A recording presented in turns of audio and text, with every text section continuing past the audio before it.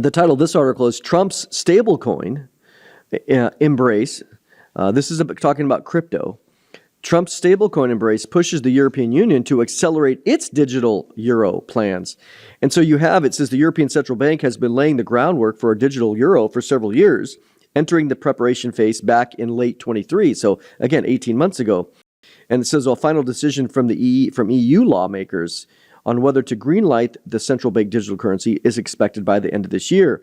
And so the European Central Bank president, he makes a comment, I think it's critically important, and for the agnostics or the skeptics, it now seems more relevant and more imperative than ever before, both on the wholesale and on the retail level. And the sense of urgency comes amid a shifting landscape in the United States, where the Trump administration's pro-crypto stance has raised eyebrows in Europe. And just a couple other quotes, and then get your thoughts on this. Pierre Gramegna, managing director of the European Stability Mechanism, warned that America's pivot towards stablecoins, these are cryptocurrencies pegged to assets like the US dollar, could embolden US and foreign tech giants to roll out mass payment systems tied to dollar-denominated tokens. And I'll just say this, that on that, I'll just keep reading because I have a couple of things. It says, if this were to be successful, it could affect the euro's monetary sovereignty and financial stability.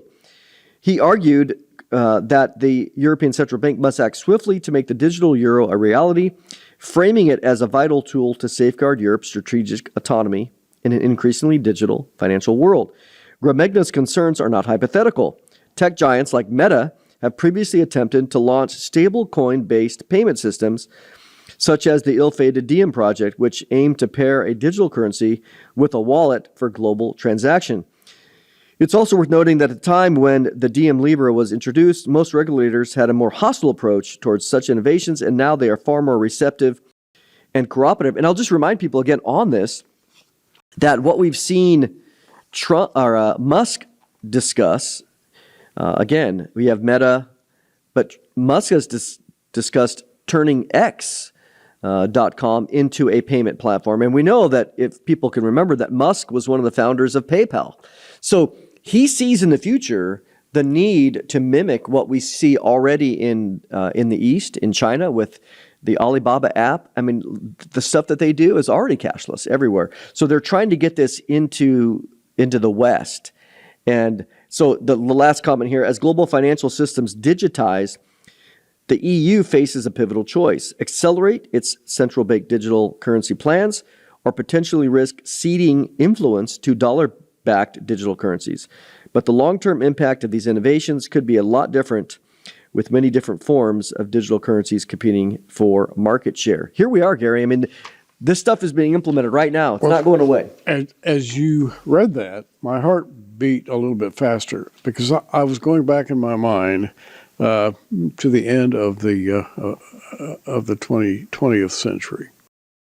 And, about 25, 30 years ago, people were talking about the 10 elements of world rule. And you remember the maps. They were printing maps, and here's how it might be laid out. And they were looking at Bible prophecy. Our wonderful friend at the time, Tim LaHaye, came out in many, many ways and said, okay, here's the way it's going to be. There will be these 10 rulers, and here's the way they might be positioned.